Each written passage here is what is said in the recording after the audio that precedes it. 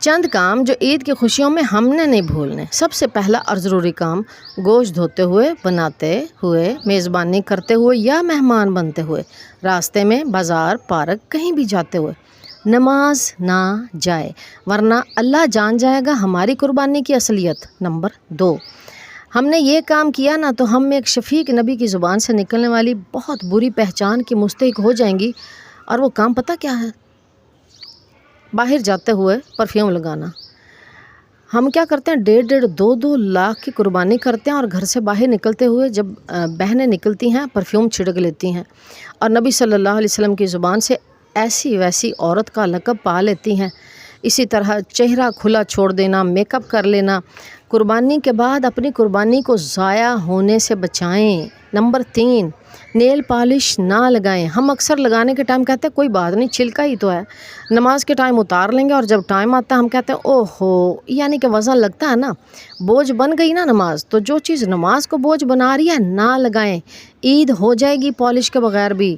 Number 4، beauty parlour سے ایسا مہنگا میک اپ مت کروائیں جس کے بعد بھی نماز بوجھل ہو جائے، اور اگر بہت افورڈ کرتی ہیں تو ویلکم، ہر نماز کے بعد 10,000 کا کروائیں، ظہر کے بعد پھر 10,000 کا، عصر، مغرب، عشاء کروائیں، کیونکہ نماز تو فرض ہے، نہیں چھوڑ سکتے، اجازت ہی نہیں تو کروائیں میک اپ، اور 5 دفعہ کروائیں، لیکن نماز تو واجب ہے اور نہ ہی میک اپ کی وجہ سے جمع کرنے کی اجازت ہے۔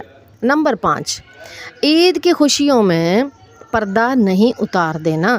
اس نبی کو یاد رکھنا ہے جس کی خاطر 2-4 لاکھ قربانی پہ لگائے ہیں اور جس کے لیے ہر وقت نعرے لگانے کو بھی تیار ہیں کہ غلامی رسول میں موت بھی قبول ہے۔ تو پلیز ابھی فی الحال موت قبول نہ کریں، پردہ قبول کر لیں، اور اس عید پر تمام کزن، بہنوئی، خالو محترم کو اعلان فرمائیے کہ میں نے صرف بکرا ہی ذبح نہیں کیا، اس گندی رسم کو بھی ذبح کر دیا ہے، کیونکہ ترکیب میں خاص ہے قوم رسول ہاشمی۔ اب یہ سارے نمبر جو ضروری کام کے ہیں وہ نوٹ کر لیجئے، اور دوسرے جو ہیں ان تک پہنچائیے۔ اللہ تعالیٰ آپ سے اور ہم سے قبول فرمائے۔